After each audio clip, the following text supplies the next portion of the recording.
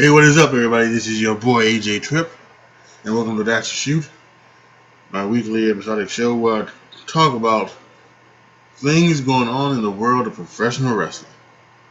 We just had the Royal Rumble this past week, and what a great time it was. We had great episodes of Raw and NXT, and so AEW, and of course tonight we have SmackDown on the Fox Network.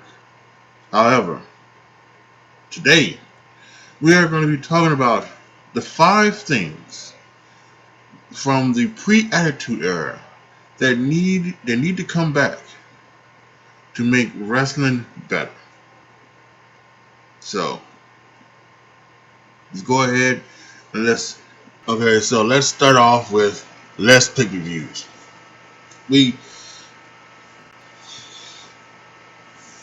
they started going to a pay-per-view every month in 1995. After WrestleMania, they started to do some mini pay-per-views called In Your House. They were originally only 2 hours. They were $10 cheaper. The regular pay-per-views were $29.99, and these were $19.99, and and they wasn't as so they went everywhere, and they did this to compete with WCW, who was starting to do pay-per-views every month as well. And and then of course they started to do pay-per-views every month, and it's just been like that since '95. But with no competition, and no need for competition, and anything like that, I think WWE should really think about going to a more pay-per-view model where it's 6. Cut them in half. It's not every month. It's every 2 months or however long it could take. And I think it can help creatively. I think it can help the wrestlers as well. I think it can help a whole bunch of things. Help the fans as well, because look, the fans, we just had the Royal Rumble, and here we are. We're now 3 weeks away from the Elimination Chamber pay-per-view, right? That's going to be we're a couple weeks away from NXT, but then now we're a week away from Elimination Chamber, and I think it would help everybody, especially creatively, because I think what they would do is that right now they are doing they are doing things that are not you know that we know aren't going to happen, right? Like on Raw, it looks like we're going to go down the road of Sheamus versus Drew McIntyre at the Elimination Chamber pay-per-view, but more than likely Sheamus is not going to win. More than likely Drew is going to go on to WrestleMania, and defend his title. The same thing would happen with Roman. I don't know which way they're going down with Roman, but more than likely Roman is going to continue and continue his road to WrestleMania. So why are we doing big pay-per-view matches and things like that? To lead into WrestleMania. I just think, and it could be like that everything, because it could give the characters, the writers, the everything more time for things to breathe, more time for things to grow, more time for things to happen. Um, you know,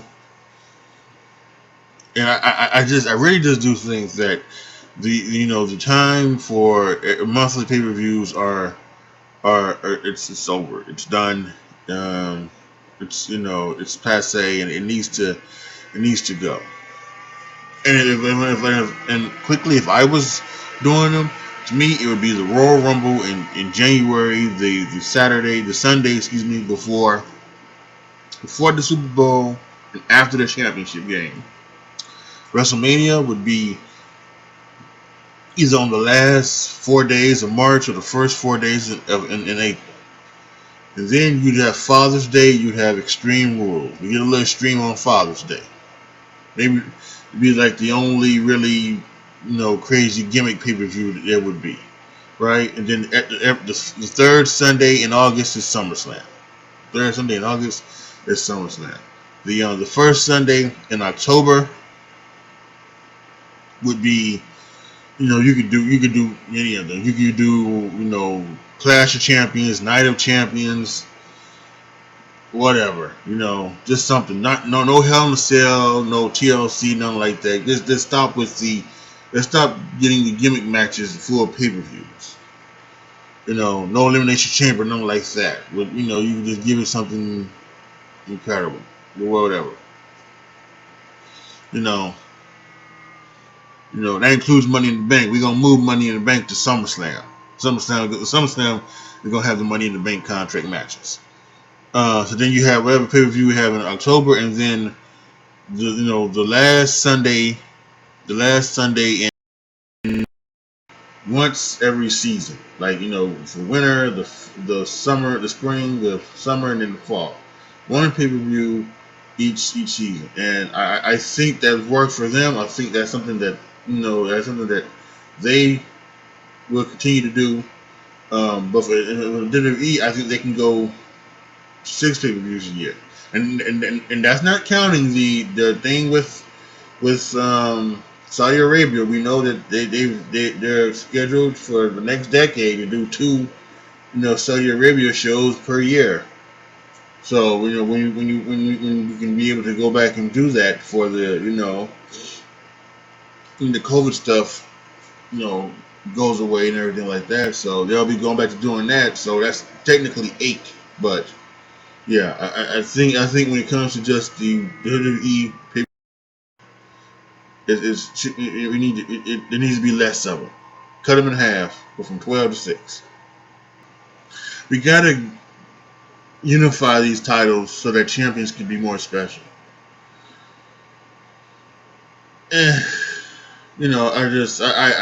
hate that there are 2 sets of tag team champions, 2 sets of women's champions, 2 heavyweight champions. Again, I don't mind the secondary champions, because for me, I think being a Grand Slam champion is means something. I think we could probably change one of. We could change the United States champion to becoming the U.S. Open champion and bring back the U.S. Open challenge, so that if you hold the United States championship, you have to automatically do an open challenge on each show, and this would combine. This would be combined with also getting rid of the brand split. It is combined with getting rid of the brand split, but in particular when you're talking about champions and making them more special, it really has to be also done by this where the champions and SmackDown's done a good job of this with Roman Reigns. He's not wrestling on every SmackDown. He's not wrestling in every. He's not involved in a lot of confrontations or anything like that on SmackDown. He does promos. He does backstage segments. He's there, but he's not. Listen, like it has to be a special occasion for you to see Roman Reigns, and I think that's good. I think that should be the same thing for actually a lot of the champions. For all of the champions. It's just it should be special to see. Well, not maybe not. Maybe the heavyweight champions, maybe the women's champions, maybe the Intercontinental United States champions. Tag champions, maybe even the tag champions. Although right now the tag division is so it's so disjointed. It really is. So, but yeah, the champions need to be seen as more special cognizant. And in fact, I would even be okay with the fact if they decided not to even put the champions on the show. Yeah, I would even be okay with that. There's no need that in particular once like if like you talk about like once the brands reform again and the brand split ends.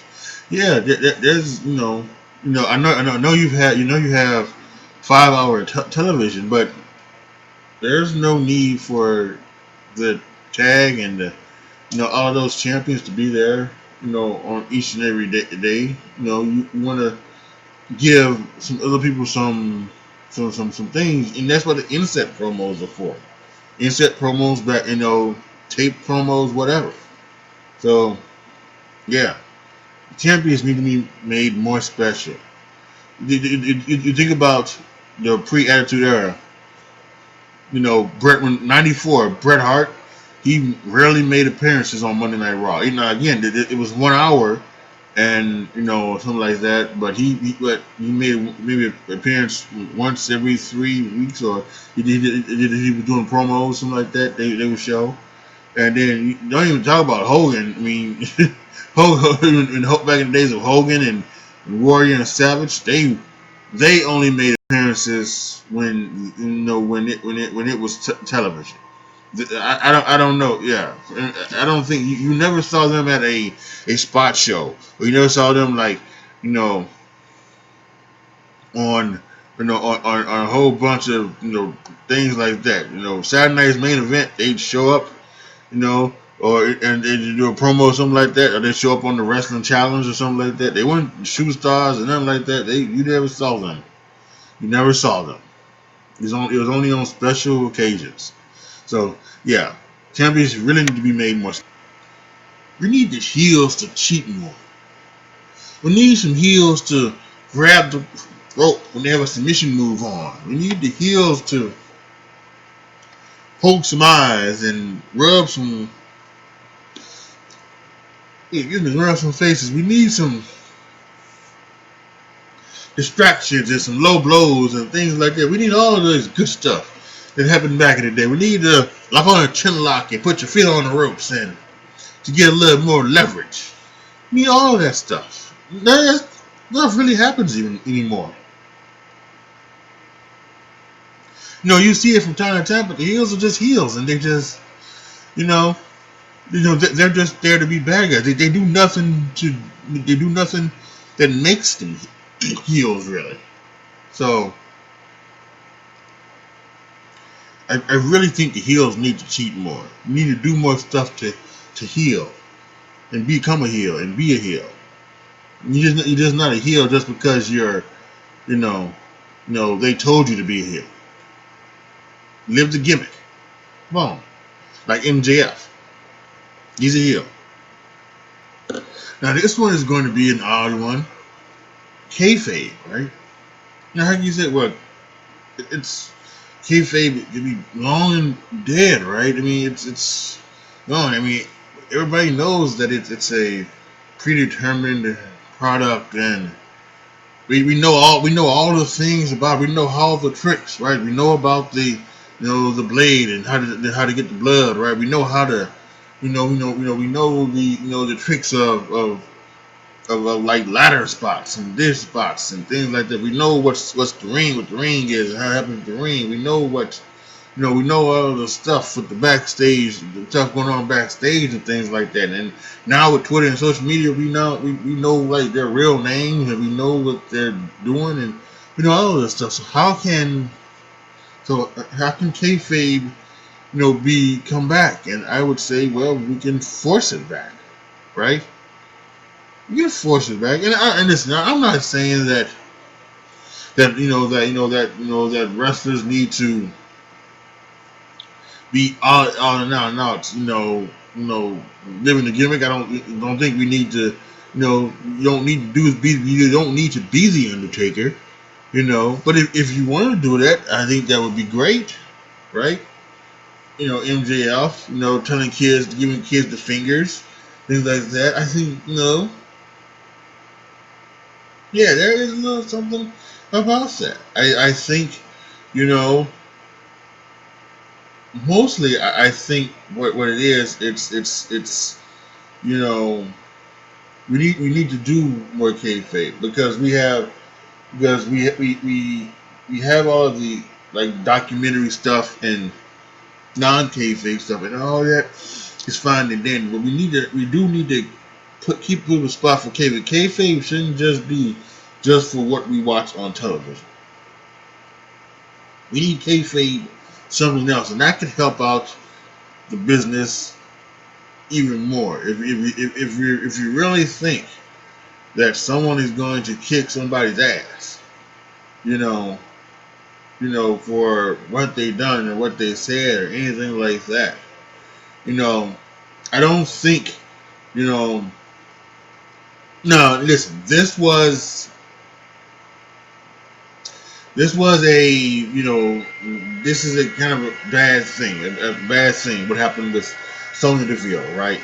Sonya Deville was in a heated battle with Mandy Rose, and when the Sonya Deville stuff happened, Mandy Rose was at her house. I think apparently, you know, so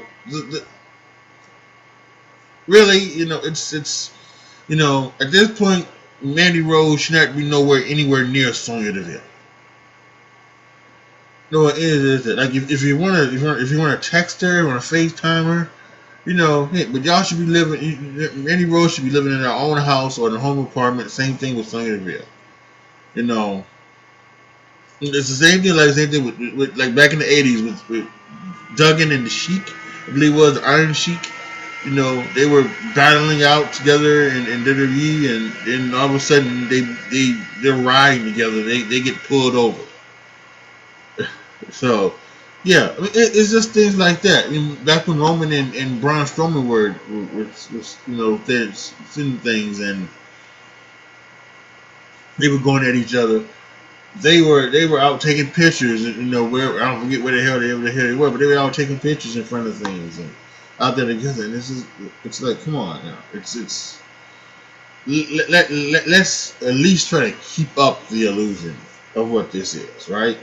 Yeah, don't stop liking pictures on. I've seen it several times, but someone likes a picture on Twitter, and it's from the it's from the thing, and it's nothing that needs to be liked. It's just a picture of them, looking pretty. It's not like a body positivity thing, or it's not nothing like something for something that would make you would say, okay, so it's cool to it's cool to break kayfabe at this point and give it a click. It just isn't. So it's I think a little bit of kayfabe should come back. I think that might help out wrestling, make wrestling feel a little bit more better to all of us as well. And finally, finishers. Finishers need to be finishers again. Once you hit that finisher, the match needs to be over. You can't just kick out of the finisher and just to make the match go longer, the match be more exciting. And listen, I understand. Listen, greatest match of all time has spots where the finisher is hit and you kick out, and you know what Undertaker hit the tombstone on Michaels. He kicked out a tombstone and did that great special from this because the only other person that kicked out of the tombstone was Kane before Michaels did at the WrestleMania. So yeah, the finisher, it should be a finisher, and once you hit it, it needs to be over. There are better ways to bring drama in a match. You can doesn't have to be just hit the finisher and then you kick out of it.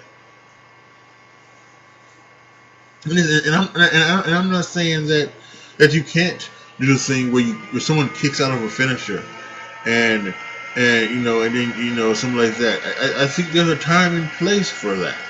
There's a time and place for that, but time and place shouldn't be backlash. The time and place shouldn't be Monday Night Raw, NXT, AEW, Dynamite, SmackDown. It shouldn't be, you know, just some random old match. It got to be a match that is means something and it has some type of thing. One of the things that I will give AEW credit for is that they are. I don't see a lot of that, especially on television. I don't see a lot of things where they're kicking out the finishers. Once people hit the finisher, it's over. 1, 2, 3. Not a lot of the kicking out of the finisher. Um, and also what they're doing with King Omega's One Ring Angel. Nobody has kicked out of that. Apparently nobody's kicked out of that in a long time. So when the person who finally kicks out of it, and most people think it's going to be Hangman Page, when someone finally kicks out of it, it's going to be special. And I think that means something, and I think that's what it should be. And we once again we look at this past week at the Royal Rumble. You know, we had Brock Lesnar. Not Brock Lesnar. We had Drew McIntyre hit 2 claymores on Goldberg. Before he got the finisher, and then Drew McIntyre kicked out of the jackhammer. So it is just unreal to me. So I really do think that finishers need to come back to be finishers. And only on a special occasion. Should you kick out of a finisher. Something like that. We shouldn't have these things where and speaking of that, this is a whole other thing, but we shouldn't have the spam finisher where you start with 3 finishers already, in your queue. And we need to start getting rid of that. But as long as Lesnar and Goldberg and these people are going to be around, we probably still going to have those type of matches. So, but yeah, finisher needs to be the finish. Alright, y'all, that's going to be it. Let me really quickly go over the 5 things that from the pre-Attitude Era need to come back to make wrestling WWE better. Less pay-per-views. We're going to turn it down from 12 to 6. The champions need to be more special. Let's do some things where we, in brand split, merge some titles, things like that. Not have them appear on television all the time. Heels need to cheat more. Let's do some good old fashioned heel stuff. Let's cheat to win. We gotta have a little bit more kayfabe into our wrestling. Don't like pictures of your opponent. Don't pose for pictures with your opponent. Do these things. And finishers. Once you hit your finisher, it's done. 1, 2, 3. No kick out. Alright? These 5 things can make wrestling better. Post your comments down below. Let me know if you agree. Like the video, share the video, subscribe to the channel. And as always, thank you guys so much for watching. This is your boy AJTRIP signing off. As always, be good to each other, y'all. Be careful out there. And I am out.